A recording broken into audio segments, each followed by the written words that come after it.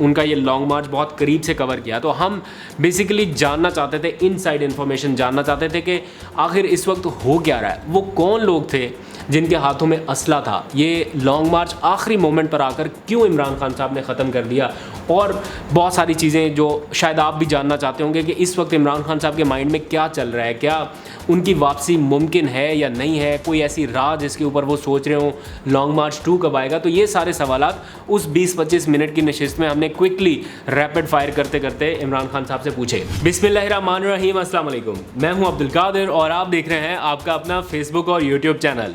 आज तारीख है 31 मई और दिन है मंगल का। थोड़ा सा व्लॉग लेट अपलोड करने पर माजरत, क्योंकि एक तो मैं सफ़र करके पेशावर से यहाँ इस्लामाबाद आया। पेशावर में इमरान खान से कहाँ मुलाकात हुई, बल्कि 2 मुलाकातें हुई बैक टू बैक। एक तो डिजिटल मीडिया के नुमाइंदगान के साथ मुलाकात थी, उसमें भी शरीक रहा, और फिर अलग से 3-4 लोगों की जो जर्नलिस्ट थे इस्लामाबाद से, उनको कवर करने वाले बीट रिपोर्टर, जिनमें मैं था, उमर जट, रिजवान गिलजई और अब्बास शबीर, उनसे इमरान खान साहब की एक अलग से कोई 20-25 मिनट तक मुलाकात जारी रही। मकसद यही था कि इस सारी सूरत हाल पर थोड़ी सी क्लैरिटी आ सके कि हो क्या रहा है। पहले डिजिटल मीडिया के हवाले से बातचीत करूँगा कि डिजिटल मीडिया के नुमाइंदगान से क्या बातचीत हुई। तकरीबन 1 घंटे से ज़ायद वो भी मुलाकात जारी रही। जब हम पहले मिलना शुरू हुए, जिनमें यूट्यूबर्स थे या डिजिटल मीडिया के लोग थे, तो बस 6-7 लोग थे। जो पहली, मुझे आज भी याद है, 2 साल पहले ये पैटर्न शुरू हुआ था, तो 6-7 लोग थे। फिर आहिस्ता आहिस्ता ये काफ़िला एक तरह से बढ़ता गया। सोशल मीडिया पर तनकीद तो बहुत होती है कि यूट्यूबर्स को बुला लिया, डिजिटल मीडिया के लोगों को बुला लिया, बड़े बड़े एंकर्स को छोड़ के इनको इंटरव्यू देते हैं। लेकिन बात यह है कि वही सारी चीज़ें अब हेडलाइंस में हैं। जो बातें आप बड़े एंकर्स को इंटरव्यू दे के अपना नैरेटिव बना सकते हैं, वो एक तो सोशल मीडिया के ऊपर भी आ रहा है, साथ टीवी चैनल्स के ऊपर भी हेडलाइंस में है। कौन सा टीवी चैनल है जिसके ऊपर हमसे कही हुई बातें इस वक्त हेडलाइंस में ना हो? हर टीवी चैनल के ऊपर वो बातें हैं जो हमने खुद अपने हाथों से टाइप किए हुए टिकर्स हैं, या अपने हाथों से जो खबरें बनाई हैं, वो इस वक्त उन टीवी चैनल्स के ऊपर भी हैं जो इमरान खान का बयानिया दिखाना या सुनाना पसंद नहीं करते। खैर, coming back to the point, आज की जो मीटिंग थी वो इस लिहाज से भी बड़ी अहम थी कि कौन कहाँ किसके साथ है, किससे राब्ते में है। बहुत सारी इनसाइड इन्फॉर्मेशन जानने का मौका मिला। लिस्टें बन रही हैं। आज इमरान खान को एक खुफिया रिपोर्ट भी पेश कर दी गई है। खुफिया मैं इसलिए कह रहा हूँ कि इसका पार्टी के बहुत सारे लोगों को पता नहीं है किस रुकन ने कहाँ पर किस तरह से परफॉर्मेंस दिया है और कौन फेल हुआ, पंजाब में से कौन निकला, केपी से कौन निकला। ये सारी लिस्टें बन रही हैं लॉन्ग मार्च के हवाले से, और उनकी एक तफसील इमरान खान के पास जिस वक्त मैं गया उस वक्त एक साहब लेके आए, उनसे मेरी अच्छी दोस्ती है, उन्होंने मुझे उसकी कुछ तफसीलात बताई, आगे चल के डिस्कस करूँगा। और एक तस्वीर अभी आप देखिए, ये जो तस्वीर है ये उस वक्त की है जब डिजिटल मीडिया की मुलाकात ख़त्म हुई और फिर हमारी अलग से मुलाकात शुरू हुई। इसको देख के लग रहा होगा कि पता नहीं, सोशल मीडिया के ऊपर भी मैंने डाली तो लग रहा है कि जैसे पता नहीं कौन सी राजो न्याज की बातें हो रही हैं, या इमरान खान कोई बहुत ही टॉप सीक्रेट शेयर कर रहे हैं, या शायद कोई गाइडलाइंस दे रहे हैं जर्नलिस्ट को। मैं हल्फिया आपको कह रहा हूँ कि एग्जैक्ट कोट एंड कोट मैं वो बात आपको बताऊंगा जो इमरान खान साहब इस मौके पर कर रहे थे और जो वो बात हमें बता रहे थे। शायद कोई और लीडर ना ये बात बता सके, कोई और पार्टी का रहनुमा ये बात ना बता सके। मैं आखिर में चल के उसका जिक्र करूंगा, लेकिन पहले चूँकि मैंने बताया कि कुछ अहम चीज़ें हैं जो आज डिस्कस हुई, मैं पहले बता देता हूँ। एक तो 2 अहम तरीन सवालात थे आज के दिन के हवाले से जो मैंने इमरान खान साहब से पूछे। नंबर 1 कि आपकी आसिफ जरदारी और मलिक रियाज के हवाले से जो टेलीफोनिक गुफ्तगू है उसके हवाले से बाकी तो इधर उधर सारा सर्कुलेट हो रहा है, आपका मौक़िफ़ नहीं आ रहा। तो इमरान खान साहब आपका क्या मौक़िफ़ है? बहुत सारे लोग ये कहते हैं कि शायद हम इस तरह के सवालात नहीं करते, लेकिन मैंने खुद उनसे पूछा कि एक ऑडियो इस वक्त गर्दिश कर रही है, आपकी पार्टी के स्पोक्स पर्सन आके बता रहे हैं कि ये ऑडियो जाली है या इसका इमरान खान से कोई लेना देना नहीं, लेकिन आपकी अपनी क्या राय है, आप उस पर बताइए। तो इमरान खान साहब ने उसके ऊपर भी बताई। और दूसरा अहम तरीन क्वेश्चन जो था वो इसराइल के हवाले से था, क्योंकि जब ये पूरी डिस्कशन चल रही थी 1 घंटे की, उसमें हैरानकुन तौर पर इमरान खान साहब का जो ज़्यादा फोकस था वो इजराइल के मामले पर था। उन्होंने कई क्वेश्चन वहाँ पर उस मौके पर उठाए भी। उन्होंने बातचीत करते हुए कहा कि पाकिस्तान का एक वफ्द इजराइल गया, ये कौन लोग थे जो इजराइल गए? फिर उसमें उन्होंने कहा कि पीटीवी का एक एंकर भी गया, किसने भेजा, कौन है ये प्लान बनाने वाला? और फिर साथ ही उन्होंने कहा कि शहबाज शरीफ को लाने पर 2 मुल्क खुश हैं, एक हिंदुस्तान और दूसरा इजराइल। तो क्या जो ये सारा कुछ हो रहा है इस वक्त ये किसी मनसूबाबंदी के तहत हो रहा है? तो उस मौके पर मैंने उनसे ये सवाल पूछा कि खान साहब, जब आप इस मुल्क के चीफ एग्जीक्यूटिव थे, आप प्राइम मिनिस्टर थे, उस वक्त भी ये सारी बातें एकदम से गर्दिश करने लगें कि इजराइल को तस्लीम करने के हवाले से पाकिस्तान कोई स्टेप फॉरवर्ड हो रहा है, कोई एक कदम आगे बढ़ रहा है। बहुत सारी खबरें हमने सुनी, लेकिन आपने डिनाई कर दिया था। आपका प्रिंसिपल स्टैंस हमें पता है, लेकिन क्या आपके ऊपर उस वक्त कोई प्रेशर था? तो इमरान खान साहब ने इन दोनों सवालों के जवाब दिए। इसके साथ साथ जो नंबर ब्लॉक करने वाली बात थी कि आपने कुछ नंबर्स ब्लॉक कर दिए, क्या वो अनब्लॉक हो रहे हैं या नहीं, इस बारे में भी क्वेश्चन हुआ। असम्बलियों में वापसी के हवाले से जो असूली फैसला है, आज इमरान खान ने इससे ज़्यादा क्लैरिटी नहीं हो सकती जो आज उन्होंने बताई है। फिर असला किसके पास था, कारकुनों में से जैसे उनका स्टेटमेंट वायरल होना शुरू हुआ कि हमारे कुछ लोगों के पास असला था, तो वो असला किन लोगों के पास था उसकी भी क्लैरिटी उन्होंने की। और फिर अमेरिका अब क्यों घबरा रहा है, क्या कोई प्रेशर जो इस वक्त पाकिस्तान में लोगों ने क्रिएट किया हुआ है उसका कोई असर पड़ रहा है या नहीं, उसके ऊपर भी बातचीत की। और भी बहुत सारे टॉपिक्स हैं, लेकिन मैं वन बाई वन इनकी सिचुएशन बता देता हूँ। सबसे पहले जो 2 अहम 3 सवाल मैंने पूछे मलिक रियाज और आसिफ जरदारी की ऑडियो के हवाले से, तो उन्होंने कहा कि मेरा एक स्टैंस रहा है, 26 साल से मैं एक ही मौक़िफ़ दोहराते आ रहा हूँ आसिफ जरदारी के हवाले से, और वो मौक़िफ़ कभी तब्दील नहीं हुआ। और मैंने जब भी बात की आसिफ जरदारी के हवाले से या मुस्लिम लीग नून के जोड़ तोड़ के हवाले से, तो मैं हमेशा ये कहता रहा हूँ कि ये इनकी नूरा कुश्ती चल रही है और ये दोनों एक ही हैं। तो जो काम मैं 26 साल तक नहीं किया, क्या वो काम मैं अब इस वक्त कर सकता हूँ? तो उन्होंने एक तरह से हंसते हुए इस बात का जवाब दिया और बड़ा क्लैरिटी के साथ उन्होंने ये कहा, और उससे तासुर ये मिला कि इमरान खान साहब बराह रास्त उस राब्ते की तरदीद कर रहे हैं जो उस ऑडियो गुफ्तगू में सुनाई दे रहा है, यानी वो राब्ता इमरान खान के बिहाफ पे नहीं हुआ, ऐसा इमरान खान साहब का कहना है। और ये पहली मरतबा उन्होंने ऑफिशियली इसकी तरदीद कर दी है कि 26 साल तक अगर मैंने नहीं किया तो मुझे अब भी कोई ज़रूरत नहीं है। दूसरा सवाल जो इजराइल के हवाले से है, वो बड़ा इंटरेस्टिंग, उसका जवाब जो लोग शायद समझ नहीं पा रहे, जिस तरह से उन्होंने जवाब दिया और जो वर्ड्स उन्होंने इस्तेमाल किए, वो बड़ा अहम है आपके जानने के लिए। जब मैंने उनसे पूछा कि आप इजराइल के हवाले से क्या आपकी हुकूमत को अप्रोच किया गया था या आप पर ये कोई दबाव था कि ये किया जाए, तो वो ना चाहते हुए भी इसका जवाब देने लगे और उन्होंने कहा कि कुछ अमेरिका के ज़ेरे असर एक लॉबी ऐसी है और ताकतें ऐसी हैं जो ये कोशिश कर रही हैं कि मुस्लिम ममालिक के साथ बातचीत करके उन्हें इस बात पर लाया जाए कि वो इज़राइल को तस्लीम कर लें। जैसे शुरुआत यूएई से हुई, सऊदी अरब तक गया मामला, और फिर पाकिस्तान को भी इसमें इन्वॉल्व करने की कोशिश की गई। लेकिन वो कह रहे हैं कि हमारा एक प्रिंसिपल स्टैंस ये रहा कि अगर हम इस तरफ जाते हैं तो ये कायदे आज़म के नज़रिए की नफ़ी होगी, इसलिए हमारा ये असूली मौक़िफ़ था और हम इसके ऊपर डटे रहे। लेकिन फिर मैंने पूछा कि क्या आपके ऊपर ये प्रेशर था, आपसे ये कहा गया था कि आप तस्लीम करें इज़राइल को? क्योंकि अब तक ये क्लैरिटी नहीं है। जब भी उनसे सवाल हुआ उन्होंने ये कहा कि हमारा ये मौक़िफ़ है कि हम तस्लीम नहीं करेंगे, लेकिन कभी ये नहीं कहा था कि हमारे पर प्रेशर है या हमें कहा जा रहा है। तो आज ऑफिशियली पहली मरतबा इमरान खान साहब ने ये बात ऑन रिकॉर्ड तस्लीम कर ली है। उन्होंने कहा कि उनकी हुकूमत पर उन्हें यह पैगाम भेजा गया था और जिसने ये पैगाम भेजा था उसका अभी मैं नाम नहीं बताऊंगा कि किसने पैगाम भेजा, लेकिन यहाँ पर लफ्ज़ बड़े गौर करने वाले हैं। उन्होंने कहा कि जिसने मुझे ये पैगाम दिया उसने कहा कि हमें अपने मुल्क के बारे में सोचना चाहिए। तो जिस शख्स ने ये कहा कि हमें अपने मुल्क के बारे में सोचना चाहिए, इसका मतलब यह है कि वो पैगाम रसां यहीं का था, मुकामी था।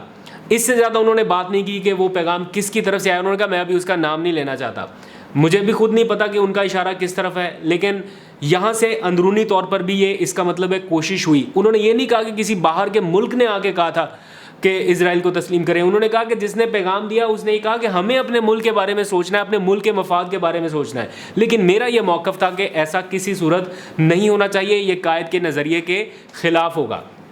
तो यहाँ पर यह बात तो क्लियर हो जाती है कि इमरान खान साहब की हुकूमत में भी ये सारा कुछ था। 1 घंटे तक की ये मुलाकात रही, उसमें और भी कुछ सवाल जवाब हुए। इमरान खान साहब ने जब गुफ्तगू का आगाज़ किया, माफ़ कीजिएगा ये व्लॉग शायद थोड़ा सा लंबा हो जाए, लेकिन मैं चाहता हूँ कि हमें जिस मकसद के लिए उन्होंने बुलाया था, ऐसा कुछ नहीं है कि वो आके हमसे कोई डिमांड कर रहे हैं कि आप ये इस तरह का बयानिया बनाएं, आप इस तरह का प्रोपेगेंडा करें, या आप ये वाला नैरेटिव बेचने लग जाएं, या आप आवाम को ये बताएं।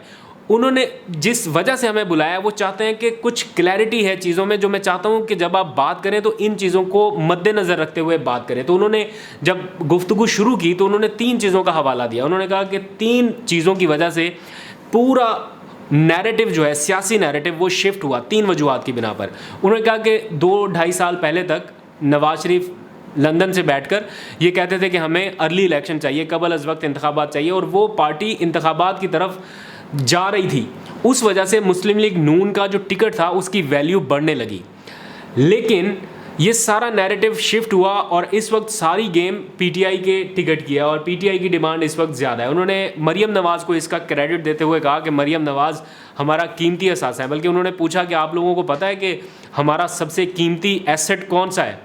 तो जो सारे यंग लोग बैठे हुए थे उन्हें लगा शायद नौजवानों की बात करें, तो उन्होंने कहा नौजवान, उन्होंने कहा नहीं, मरियम नवाज़। उन्होंने कहा मरियम नवाज़ हमारा इतना बड़ा और कीमती असासा है कि जब भी हम कहीं पे फंसते हैं या कुछ ऐसा होता है तो वो कुछ ना कुछ ऐसा ब्लंडर करती हैं कि हम उसमें से निकल जाते हैं, यानी वो हमारे लिए कुछ ना कुछ कर देती हैं। वो पहले भी 1-2 बार कह चुके हैं कि ये हमारी मेन प्लेयर है।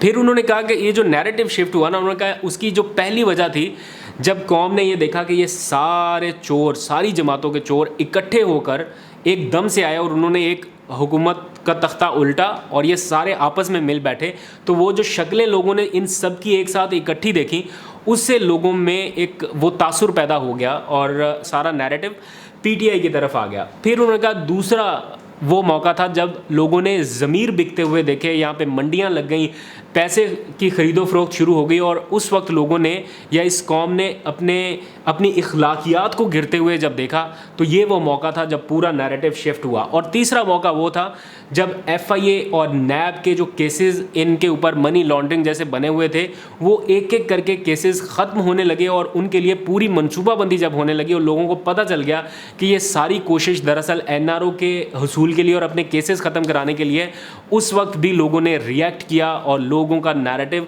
चेंज होने लगा। उन्होंने अफसोस का इजहार किया कि नैब और एफआईए में इनके कम अज़ कम 40 केसेस हैं, 40 अरब रुपए के केसेस हैं जो अब किसी सूरत मंतकी अंजाम तक ये नहीं पहुंचने देंगे। और आखिर में उन्होंने इंतहाई दुख के साथ और अफसोस का इजहार करते हुए एक तारीखी फ़िक्रा दोहराया जो मेरे जहन में भी बैठ गया, बल्कि बाद में मैंने ट्वीट भी की। उन्होंने कहा कि इस मुल्क में कानून की हुक्मरानी यानी रूल ऑफ लॉ की कब्र खोद दी गई है।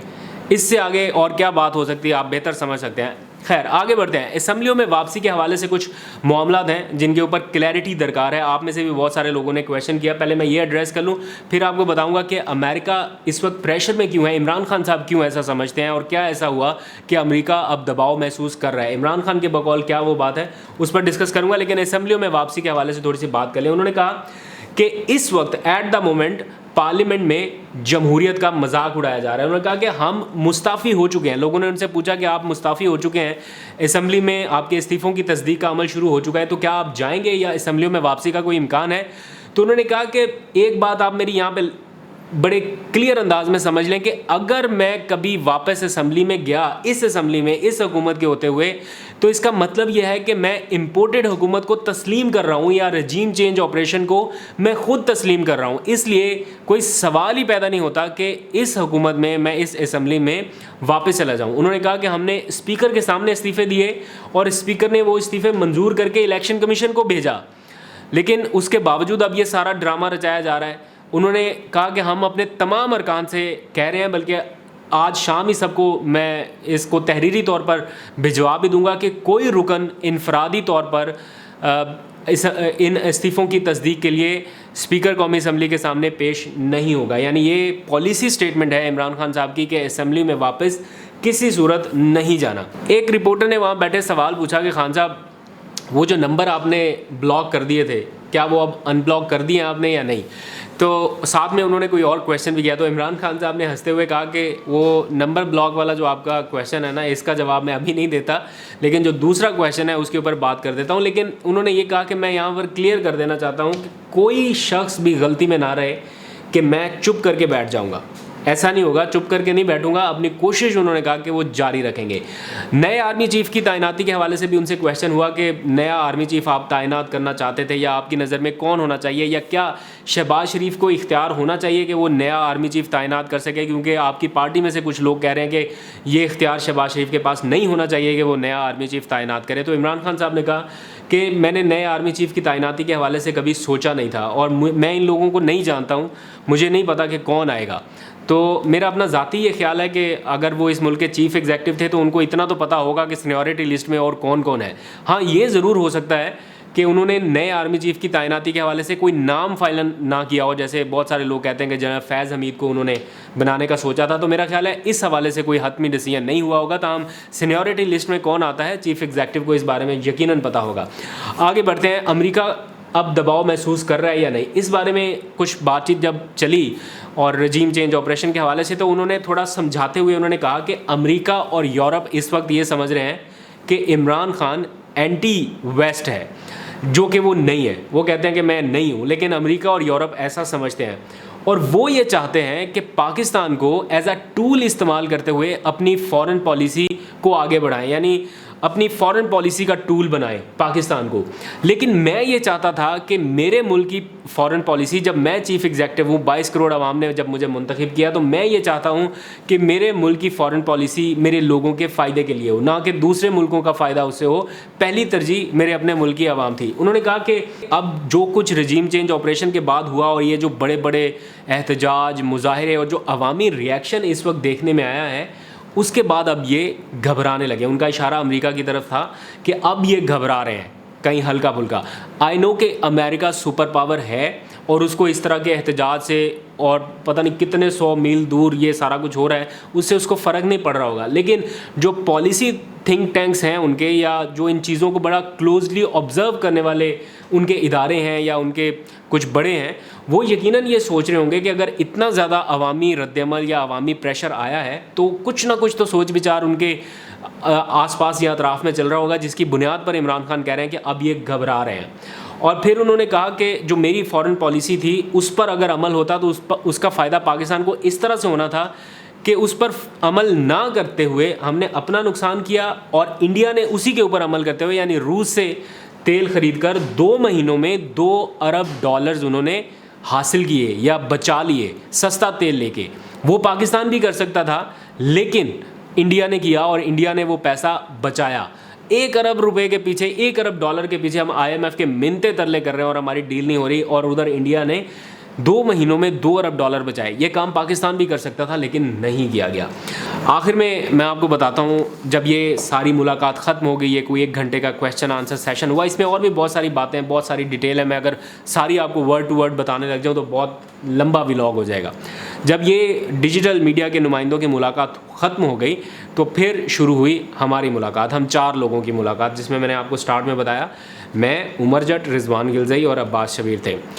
तो ये हम इमरान खान साहब को बतौर बीट रिपोर्टर भी कवर करते हैं और काफ़ी अरसे से कवर करते आ रहे हैं, तो उनका ये लॉन्ग मार्च बहुत करीब से कवर किया। तो हम बेसिकली जानना चाहते थे, इनसाइड इन्फॉर्मेशन जानना चाहते थे कि आखिर इस वक्त हो क्या रहा है, वो कौन लोग थे जिनके हाथों में असला था, ये लॉन्ग मार्च आखिरी मोमेंट पर आकर क्यों इमरान खान साहब ने ख़त्म कर दिया, और बहुत सारी चीज़ें जो शायद आप भी जानना चाहते होंगे कि इस वक्त इमरान खान साहब के माइंड में क्या चल रहा है, क्या उनकी वापसी मुमकिन है या नहीं है, कोई ऐसी राह जिसके ऊपर वो सोच रहे हो लॉन्ग मार्च 2 कब आएगा। तो ये सारे सवालात उस 20-25 मिनट की नशिस्त में हमने क्विकली रैपिड फायर करते करते इमरान खान साहब से पूछे, और वो भी थोड़ा पुरसकून थे, तो तहम्मुल से उन्होंने इन सारे सवालों का जवाब दिया। जब हमने उनसे ये पूछा कि असला किन लोगों के पास था, तो उन्होंने कहा कि मैं ये नहीं कह रहा कि मेरे कारकुनान के पास असला था, हमारे जो लोग वहाँ पर आए हुए थे जिनमें बहुत सारा ऑफिशल्स भी थे, जैसे GB का वज़ीर आला था और बहुत सारे ऐसे ऑफिशल्स थे जिनके पास गार्ड्स वगैरह रहते हैं हर टाइम, तो उन लोगों के पास असला था। और अगर कोई ऐसी सिचुएशन वहाँ पे पैदा हो जाती जिसमें उन लोगों को, अपने ही लोगों को प्रोटेक्ट करना पड़ता, गार्ड्स को प्रोटेक्ट करना पड़ जाता, या कोई ऐसी सिचुएशन होती और गोली चल जाती तो बहुत खून खराबा होना था। और उन्होंने कहा कि मैं तुम लोगों से ज़्यादा इन हालात को और इस सिचुएशन को समझता हूँ और मेरे पास वो मालूमात हैं जो शायद आप लोगों के पास नहीं है, इसलिए मैं उस मालूमात की बुनियाद पर कह रहा हूँ कि खून खराबा होने लगा था। अगर कुछ देर हम वहाँ पे और रुकते तो खून खराबा हो जाना था। तो इसलिए बड़ा अक्लमंदी का मुजाहरा करते हुए हमने वो धरना उस वक्त ख़त्म कर दिया। अब उनसे अगला क्वेश्चन ये हुआ कि क्या कोई डील है, क्या किसी से कोई बातचीत हो रही है, या किसी अश्योरिटी के ऊपर धरना ख़त्म हुआ। तो उन्होंने बड़ा कैटेगरिकली ये कहा कि मैं तुम लोगों को बड़ा क्लियर बता रहा हूँ और बड़ा सीधा सीधा बता रहा हूँ कि मेरी किसी से कोई बातचीत नहीं है, मेरी किसी से कोई डील नहीं है। मैं तब बात करूंगा जब इलेक्शन की तारीख दी जाएगी, तब तक ना कोई डील है, ना कोई बात है, ना कोई मुज़ाकरात हैं और ना कोई बैकडोर, कोई चैनल है जिसके थ्रू ये सारा कुछ हो रहा है। और उन्होंने बड़ा क्लियर अंदाज में कहा कि धरना ख़त्म होना किसी की तरह से उस डील का नतीजा नहीं था। अगला जो उनका लाइन ऑफ एक्शन है उसके ऊपर अभी सोच विचार हो रहा है। वो हमसे भी पूछ रहे थे, हमारा भी फीडबैक उन्होंने लिया कि आप लोग रास्ते में सारा कवर करते आए, आप लोगों ने क्या देखा, आप आप लोगों की क्या असेसमेंट है। और वो ये इस बात को गलत समझते हैं जो लोग कहते हैं ना कि लोग नहीं निकले या उनके साथ आए नहीं। वो कहते हैं कि हमारी प्लानिंग नहीं थी, हम सही से उसको एग्जीक्यूट नहीं कर सके, 2 दिन के शॉर्ट मार्जिन पर हमने लॉन्ग मार्च कॉल कर दिया, तो हमारे लोग मेंटली और उस तरह से रेडी नहीं थे। अब हम पूरी तैयारी के साथ आएंगे, लेकिन उन्होंने फ़िलहाल कोई डेट नहीं दी। लेकिन वहाँ पर बैठे मुझे ये ज़रूर पता चल गया कि वहाँ पर लिस्टें बन रही हैं और एक डायरी भी मेरे हाथ लगी कुछ देर के लिए, और वो कुछ रिपोर्ट जो हैं वो इमरान खान साहब को दी जा रही हैं हर इंडिविजुअल के हवाले से। और एक कमेटी जो उन्होंने कायम की थी सारे मामले को मॉनिटर करने के लिए, वो कमेटी जो है वो अपनी रिपोर्ट मुरतब करके इमरान खान साहब को भेज रही है कि किस इंडिविजुअल की क्या परफॉर्मेंस थी इस सारे धरने के दौरान। अब आते हैं उस तस्वीर के ऊपर जिसको लेके काफ़ी ज़्यादा डिस्कशन हो रही है और तासुर ये जा रहा है कि इमरान खान पता नहीं अपने लोगों को साथ मिला के, ये सहाफ़ियों को साथ मिला के पता नहीं क्या डिस्कशन कर रहे हैं और क्या बातें कर रहे हैं। मैं हल्फन आपको ये बात कह रहा हूँ कि जिस वक्त ये बात हो रही थी तो कुछ चीज़ें ऐसी डिस्कस हो रही थी जिसमें सहाफ़ियों के ऊपर कुछ दबाव, कुछ प्रेशर, इसके ऊपर डिस्कशन की जा रही थी। जब उन्होंने कहा कि ये सब कुछ चलता रहेगा, समा ने अपने आप को तबाह बर्बाद कर लिया, उन्होंने जिस तरह की वन साइडेड एक नैरेटिव वहाँ पर रखा, तो समा ने अपना आप बर्बाद कर लिया, अपनी रेटिंग को गिरा लिया। तो इस तरह की और थोड़ी सी डिस्कशन हुई। तो इस वक्त जब हम उनकी बड़े गौर से बात सुन रहे थे तो इमरान खान साहब ये बता रहे थे कि एक बात मेरी याद रखो, इज़्ज़त, ज़िल्लत, ज़िंदगी, मौत और रिज़्क ये अल्लाह ताला के हाथ में है। तो जब तक ये अल्लाह के हाथ में है, किसी बंदे के हाथ में नहीं है, तब तक तुम लोगों को डरने की ज़रूरत नहीं है। और इसी तरह दिल लगा के अपना काम जारी रखो। उन्होंने कहा कि तुम लोग डटे हुए हो, बहुत अच्छा काम कर रहे हो और इसी तरह ईमानदारी के साथ अपना काम आगे भी जारी रखो और किसी इंडिविजुअल से डरने की ज़रूरत नहीं है। रिज़्क, ज़िंदगी, मौत, इज़्ज़त, ज़िल्लत अल्लाह के हाथ में है। ये वो आखिरी लफ्ज़ थे जब वो उन्होंने हमसे ये कहे और कहते हुए वो वहाँ से रवाना हो गए। तो वो लोग जो इसको लेके तरह तरह की कहानियाँ गढ़ रहे हैं, मुझे तो थोड़ा सा वो होता है कि पता नहीं क्या बात है। बहरहाल इनसाइड इन्फॉर्मेशन और कुछ ऐसी ऑफ द रिकॉर्ड बातें ज़रूर हैं जो हम जानना चाहते थे अपनी समझ बूझ के लिए, वो उन्होंने ज़रूर बताई जो यहाँ पे मैं नहीं डिस्कस करना चाहता। ज़ाहिर बात है एक एतमाद का वो होता है कि अगर कोई बंदा हमें इतना एतमाद दे के वो चीज़ बता रहा है तो हम भी ज़रा उसकी अमानत का ख्याल रखें। तो हिंट्स मैं आपको देता रहूँगा साथ साथ आने वाले दिनों में भी। ख़बरें बहुत सारी हैं, लेकिन मसला ये है कि हम जिस पोजीशन पर, जिस सिचुएशन पर बैठे हैं, बहुत सारे लोगों का एतमाद और एतबार रहता है हम पे, जिसे हम नहीं तोड़ना चाहते। तो उम्मीद है कि आज आपको काफ़ी ज़्यादा क्लैरिटी मिल गई होगी। इसका सेकंड पार्ट या नेक्स्ट व्लॉग जो है वो मैं कल अपलोड कर दूँगा, उसमें भी काफ़ी इन्फॉर्मेशन आपको मिलेगी। आज तक के लिए इतना, अपना बहुत सा ख्याल रखें। खुदा हाफिज़।